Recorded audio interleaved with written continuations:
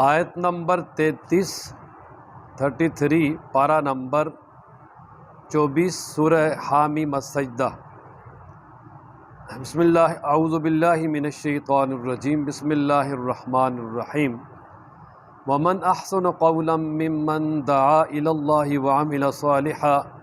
وقال اننی من المسلمین، صدق اللہ العظیم۔ اس سے پہلی آیات میں ان لوگوں کا تذکرہ تھا جو ایمان لانے کے بعد پوری زندگی اپنے ایمان پہ قائم رہے اور نیک اعمال کرتے رہے۔ تو ان کے بارے میں فرمایا کہ فرشتے ان کی حوصلہ افزائی کے لیے ہر مشکل وقت میں ان کے پاس حاضر ہوں گے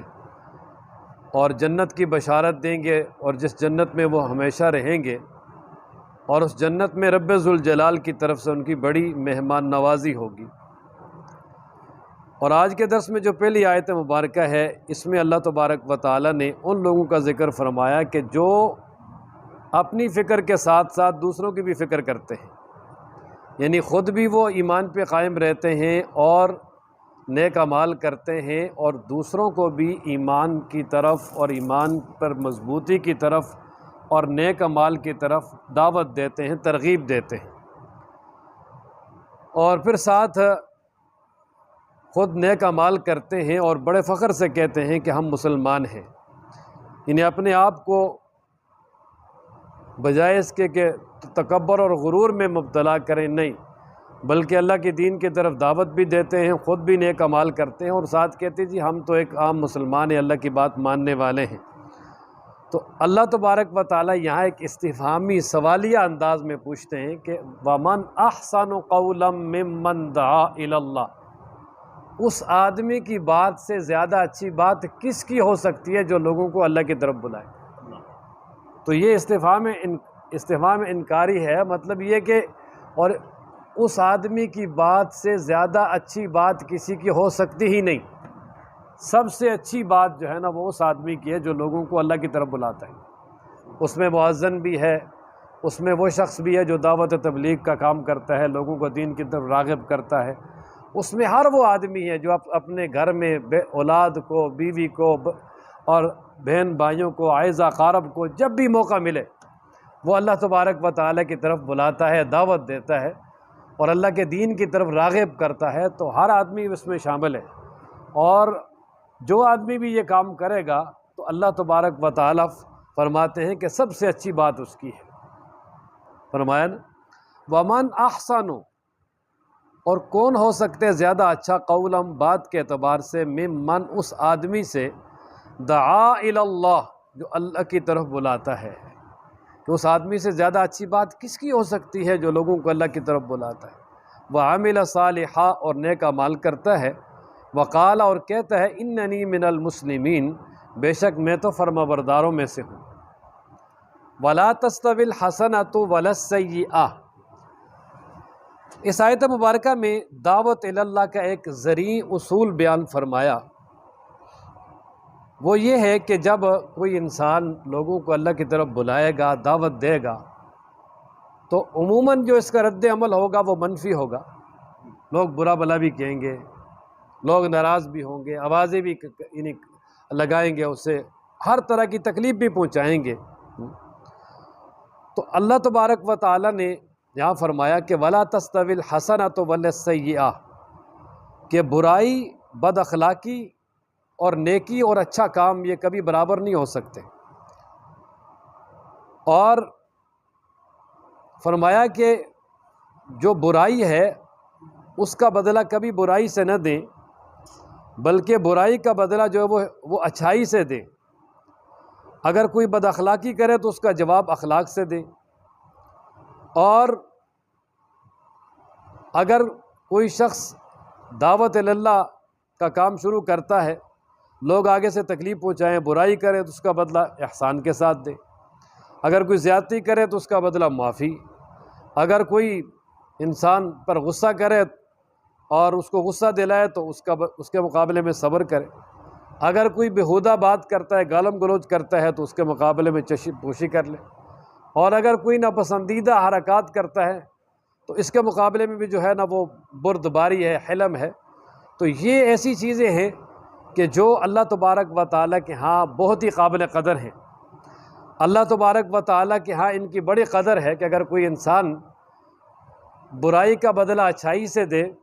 اور ظلم کا بدلہ اگر معافی سے دے تو یہ بہت بڑا یعنی بندے کے لیے اعزاز ہے اللہ تبارک و تعالیٰ کی طرف سے، اور ہے یہ بڑا مشکل کام۔ اور اس کا ایک فائدہ اللہ تعالیٰ نے بیان فرمایا کہ فائدہ یہ ہے کہ اگر کوئی آدمی برائی کا جواب اچھائی سے دے گا، بد اخلاقی کا جواب اخلاق سے دے گا، تو ایک دن ایسا ضرور آئے گا کہ جو جانی دشمن ہے وہ دوست بن جائے گا، اور جو شدید مخالف ہے وہ بھی ہم نوا ہو جائے گا۔ اور یہ دعوت کے اصولوں میں دیکھا گیا ہے بہت زیادہ، جو شدید مخالفت کرنے والے ہوتے ہیں وہ باقاعدہ آہستہ آہستہ آہستہ آہستہ ترغیب کے ساتھ اور اچھے انداز میں اگر ان کو دعوت دی جائے تو بالآخر وہ بات قبول کر لیتے ہیں۔ اس کی وجہ یہ ہے کہ ایک ہے نا کسی بات کو دے مارنا، اور ایک ہے کسی بات کو پیار سے کسی کے دل میں اتارنا۔ تو جب پیار سے کسی کے دل میں اتارنے کی کوشش کریں گے تو وہ آگے سے جتنا مرضی ہے کچھ یعنی وقت کے لیے درستگی دکھائے، سختی دکھائے، لیکن آہستہ آہستہ آہستہ آہستہ وہ مائل ہو جائے گا، اور اگر اس کی جو ہے وہ درستگی کے مقابلے میں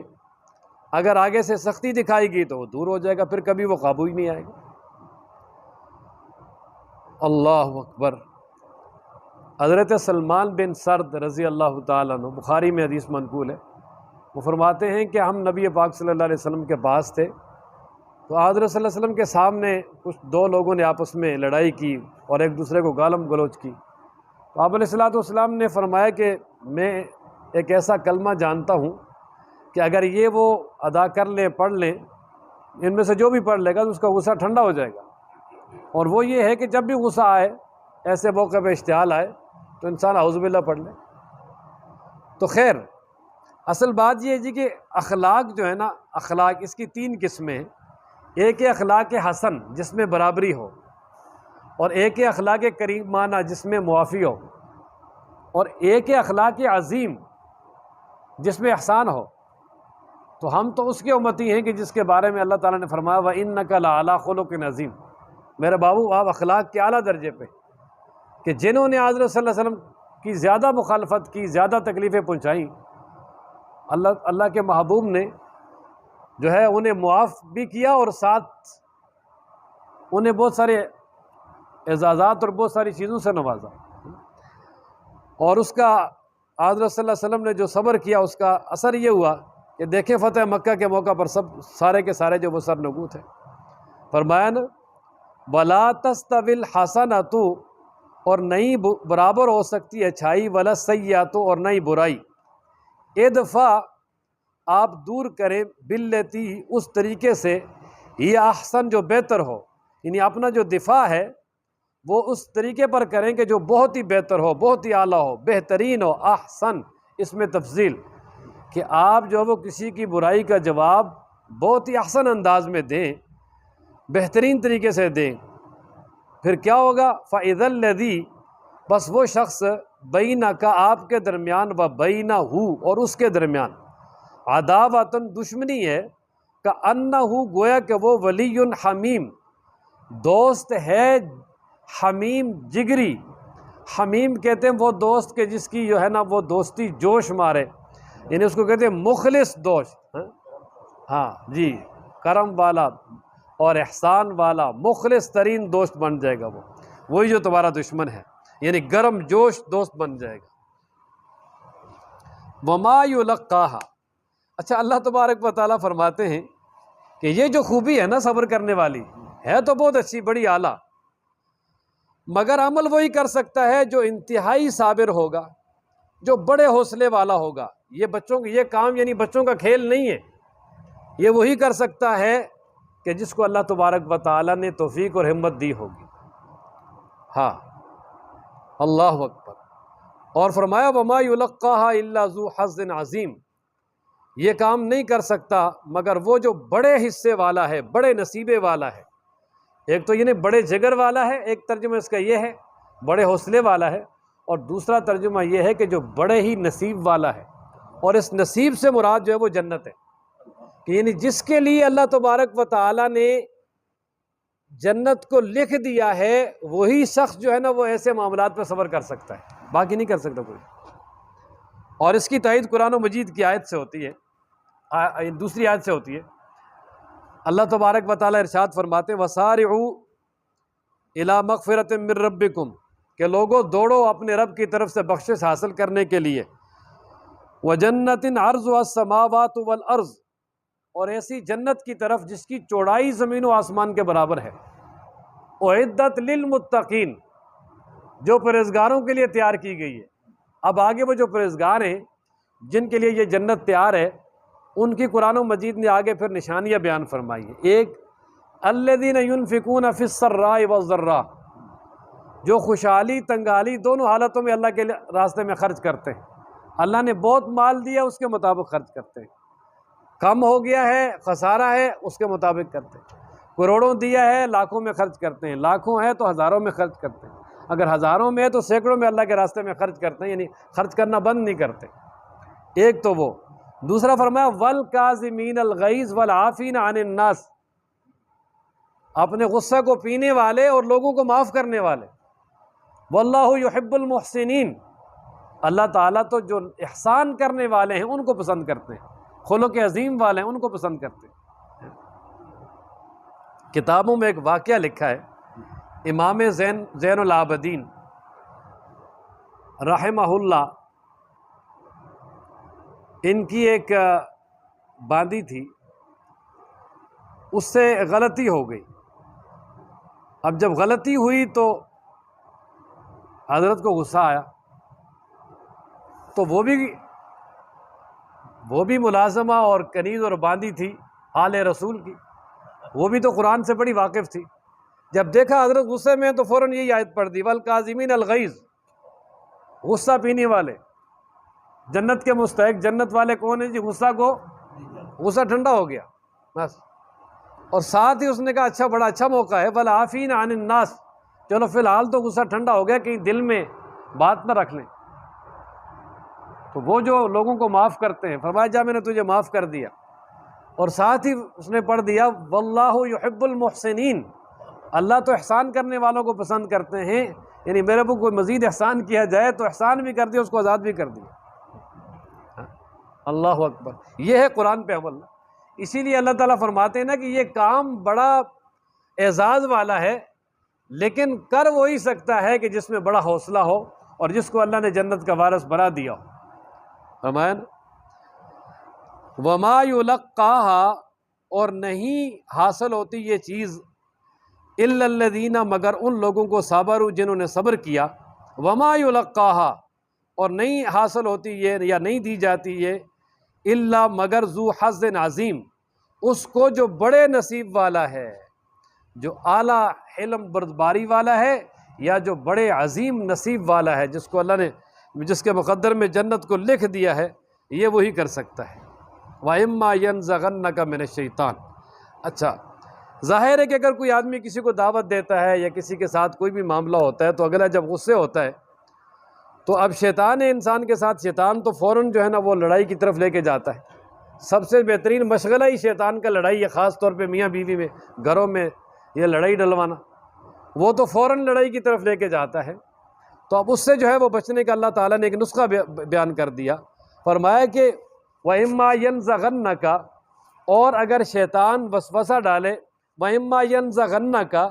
اگر جو ہے وہ وسوسہ ڈالے، من الشیطان، شیطان نزغن وسوسہ ڈالنا،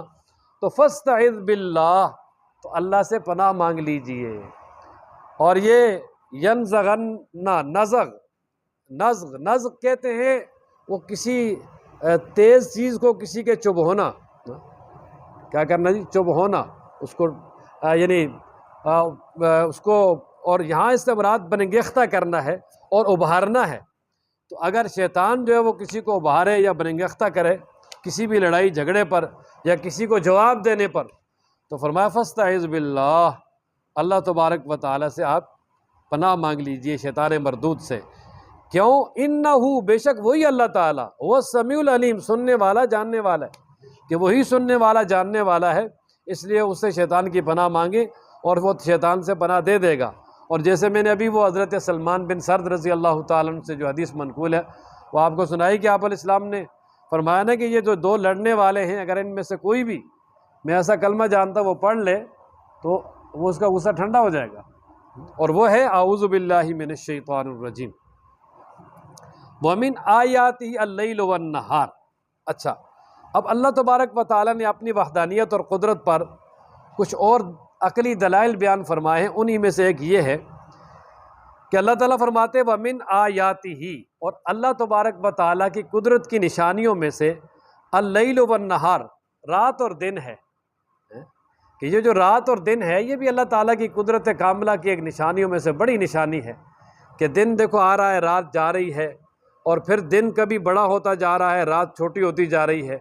پھر ابھی رات جو ہے وہ بڑی ہوتی جا رہی ہے، دن چھوٹا ہوتا جا رہا ہے۔ تو یہ اللہ تبارک و تعالیٰ کی ایک عظیم کاریگری ہے، انسان کو محسوس بھی نہیں ہوتا، بڑے آرام سے جو وقت مقرر کیا ہے روزانہ وہ کم ہوتا جاتا ہے، اور جب بڑھانا ہوتا ہے تو روزانہ بڑھتا جاتا ہے، صبح کی طرف سے بھی شام کی طرف سے بھی۔ تولج اللیل فی النہار و تولج النہار فی اللیل، دن کو رات میں داخل کرنا، رات کو دن میں داخل کرنا۔ تو یہ رات کا آنا جانا، یہ جو دن رات کا نظام ہے، فرمایا یہ بھی اللہ تعالیٰ کی نشانیوں میں سے ہے۔ والشمس والقمر، اور اسی طرح سورج اور چاند،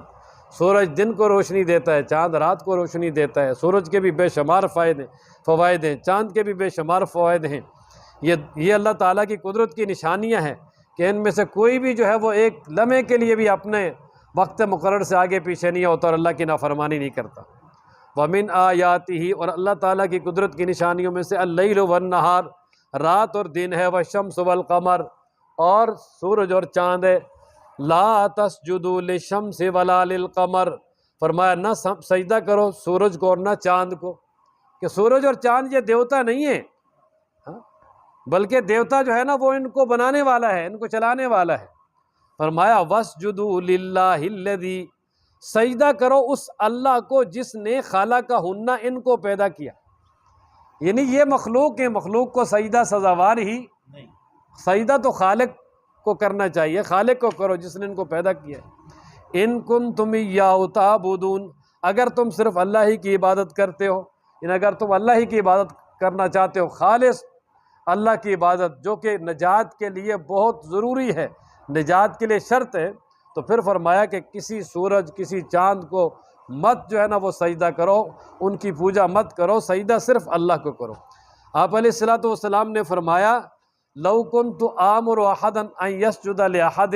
لامرت النساء یسجدن لازواجہن، اگر اللہ کی ذات کے علاوہ کسی کو سجدے کی اجازت ہوتی تو میں حکم دیتا عورتیں خامدوں کو سجدہ کریں۔ اللہ اکبر۔ وہ سجدہ تو درکنار، اب تو ایسا ماحول بن گیا ادب سے نام کوئی نہیں لیتا۔ حالانکہ سب سے زیادہ ماں باپ سے بھی زیادہ ادب کے لائق ہستی جو ہے نا وہ خاوند کی ہے، لیکن حالات ایسے بن گئے دن بدن مغربی تعلیمات سے کہ اب جو ہے نا وہ خاوند کو بڑے نام سے پکارا جاتا ہے، اور وہ بھی بڑے جس طرح بچوں کو پکارا جاتا ہے۔ حالانکہ باہر اگر کسی جگہ پہ کوئی خاتون کسی دفتر میں ہے تو وہاں والوں کو سر یا بڑے اچھے القاب سے پکارتے ہیں، تو خاوند کو صرف اس کا نام۔ حالانکہ فتاوی شامی میں لکھا ہے کہ خاوند کو صرف نام سے پکارنا یہ مکروہ ہے، صاحب کہہ دیں، ساتھ صاحب لگا دیں، بھیا ویسے ہی کہہ دیں صاحب جی یا سر جی، یہ حقیقت بات ہے۔ وجہ یہ ہے کہ جب دیکھیں نا جی ایک دفتر کا باس ہے، اسے 100 دفعہ دن میں سر کہا جاتا ہے، تو جس کو اللہ نے سر بنایا ہے، سرپرست بنایا ہے، اور جس کو اللہ تعالیٰ نے یعنی اتنا اعزاز دیا عورت کے لیے کہ وہ سجدہ اگر جائز ہوتا تو اس کو سجدہ کیا جاتا، تو کیا اس کو سر کہنے میں کون سی یعنی جو ہے وہ یعنی دور کی بات ہے۔ اللہ اکبر۔ فَإِنِ اسْتَكْبَرُوا، اچھا اللہ تعالیٰ فرماتے ہیں میرے محبوب اگر یہ کفار جو ہے نا اتنی واضح تعلیمات کے بعد بھی اگر وہ نہ مانے، تکبر کریں اور اللہ کی وحدانیت کو ماننے سے انکار کریں، تو فرمایا آپ ان سے کہہ دیں بے شک اللہ تعالیٰ کی تم عبادت نہ کرو تو اللہ کو تمہاری عبادت کی کوئی ضرورت نہیں ہے۔ اللہ تبارک و تعالیٰ کے ہاں جو نورانی مخلوق فرشتے ہیں وہ اللہ تعالیٰ کی ہر وقت پاکی بیان کرتے رہتے ہیں صبح و شام۔ اللہ تبارک و تعالیٰ کو اگر اپنی تعریف چاہیے تو اللہ تبارک و تعالیٰ ان سے کروا لیں گے، اور وہ ہر وقت کرتے بھی ہیں۔ اللہ تو بے پرواہ بادشاہ ہے، اللہ کو کسی کی بھی تعریف کی ضرورت نہیں ہے۔ فَإِنِ اسْتَكْبَرُوا، پس اگر وہ تکبر کریں، فَالَّذِينَ عِندَ رَبِّكَ، پس وہ مخلوق جو تمہارے رب کے پاس ہے، يُسَبِّحُونَ لَهُ، وہ تسبیح بیان کرتی ہے اللہ کی، باللیل رات کو، والنہار دن کو، وَهُمْ لَا يَسْأَمُونَ، اور وہ اللہ کی عبادت میں بالکل بھی سستی نہیں کرتے، کسی وقت بھی، ہر وقت جس کو جو عبادت پہ لگایا وہ سستی وہ کرے نا جی، جس کو کمزوری آئے، تھکاوٹ ہو، فرشتوں کو تھکاوٹ سکاوٹ کچھ بھی نہیں ہے، جو جس کے لیے پیدا کیا بس وہ اسی کے لیے جناب ہر وقت تیار۔ جو کوئی عبادت کر رہا ہے، کوئی ذکر کر رہا ہے، کسی نے اللہ کا عرش اٹھایا ہوا ہے، یہ اللہ تبارک و تعالیٰ کی نورانی مخلوق ہے۔ اور انسان جو ہے نا، اس کے ساتھ اللہ نے سب کچھ رکھا ہے، اس میں بیماریاں بھی ہیں، کمزوریاں بھی ہیں، لیکن انسان اگر اپنی ان ساری کمزوریوں اور بیماریوں، ان خواہشات کے باوجود جب وہ اللہ تعالیٰ کی عبادت کرتا ہے تو یہ اللہ کو بہت پسند ہے، اللہ کے یہاں اس کی بڑی قدر ہے، کیونکہ بھئی جس میں طاقت ہی نہیں برائی کی، وہ اگر برائی نہ کرے تو اتنی بڑی بات تو نہیں نا جی۔ بڑی بات تو اس کی ہے نا جی کہ جو طاقت ہو، اور پھر انسان میں یہ ہے طاقت بھی ہے، اگر اس کے باوجود انسان برائی نہیں کرتا، نیکی کرتا ہے تو اللہ فخر کرتے ہیں، اللہ تعالیٰ سے انسان کی عبادت پہ کیا کرتے ہیں جی؟ فخر کرتے ہیں۔ اللہ اکبر۔ وہ کہتے ہیں درد دل کے لیے پیدا کیا انسان کو، وگرنہ عبادت کے لیے کچھ کم نہ تھی قروبیاں، یہ جو اللہ کے مقربین فرشتے ہیں عبادت کے لیے وہ بھی کم نہیں تھی، فرشتوں سے بڑھ کر ہے انسان بننا، مگر اس میں لگتی ہے کچھ محنت زیادہ۔ اللہ اکبر۔ اب آگے اللہ تبارک و تعالیٰ نے اپنی قدرت کاملہ کی ایک اور نشانی بیان فرمائی۔ اللہ فرماتے وَمِنْ آیَاتِهِ، اللہ تعالیٰ کی قدرت کاملہ کی نشانیوں میں سے یہ بھی ہے کہ أَنَّكَ تَرَى الْأَرْضَ، کہ بے شک آپ دیکھیں گے زمین کو، خاشعۃً، کہ وہ دبی ہوئی ہے۔ یہاں دبی ہوئی سے مراد یہ ہے کہ یعنی وہ بالکل ویران ہے، سنسان ہے، اور وہ نیچے اس کی جگہ سخت ہو گئی ہے، اوپر گرد و غبار اڑ رہا ہے، اس سے اٹی ہوئی ہے، اور بالکل بنجر ہے۔ اور پھر کیا ہوتا ہے؟ فرمایا فَإِذَا أَنزَلْنَا، پس جب ہم اتارتے ہیں، علیہ اس پر، الماء پانی، اہتزت، تو وہ لہلانے لگتی ہے، وربت، اور پھول جاتی ہے، یعنی نرم ہو جاتی ہے۔ کہ اسی بنجر زمین پہ جب اللہ تبارک و تعالیٰ بارش برساتے ہیں، اور اس بارش کے ساتھ وہ نرم ہو جاتی ہے، قابل زراعت ہو جاتی ہے، اور پھر اسی زمین کے اندر یعنی پھلدار درخت بھی اگتے ہیں، پھول بھی اگتے ہیں جن سے خوشبوئیں مہکتی ہیں، اور اسی زمین کے اندر نباتات، جڑی بوٹیاں، غلہ، اور اسی طرح ہر طرح کی سبزیاں، دیگر جتنی بھی ضروریات زندگی ہیں انسان کی، وہ ساری اس زمین میں اگتی ہیں۔ اور اس زمین پہ جب پیداوار اگ جاتی ہے، پیداوار آ جاتی ہے، تو وہ بالکل مزین اور بڑی خوبصورت ہو جاتی ہے، لہلانے لگ جاتی ہے، لیکن ایک وقت میں تھی بالکل بنجر۔ یہ پنجاب کی زمین میں اس کا اتنا اندازہ نہیں ہوتا، وجہ یہ ہے نا جی کہ یہ گرمی سردی میں آباد رہتی ہے، تو ہمارے ادھر جو پہاڑی علاقوں میں جب یہ آتا ہے نا خزاں، نومبر، بالکل علاقے خالی ہو جاتے ہیں، یہ کوئی بیار دیار اس طرح کے درخت ہیں، ان پہ پتے باقی رہ جاتے ہیں، باقی سارے درختوں کے پتے بھی گر جاتے ہیں، اور بالکل زمین جو ہے خشک ہو جاتی ہے، کچھ بھی نہیں ہوتا، ہر طرف دیکھیں وہ سنسان ہی سنسان، سنسان ہی سنسان۔ اور جب سردیاں گزرتی ہیں تو یہ فروری آخر، جب یہ فروری آخر آتا ہے تو پھر ہر طرف پھول، درختوں سے پھول نکل رہے ہیں، اور اسی طرح زمین میں نباتات، جڑی بوٹیاں، اور پھر اس کے بعد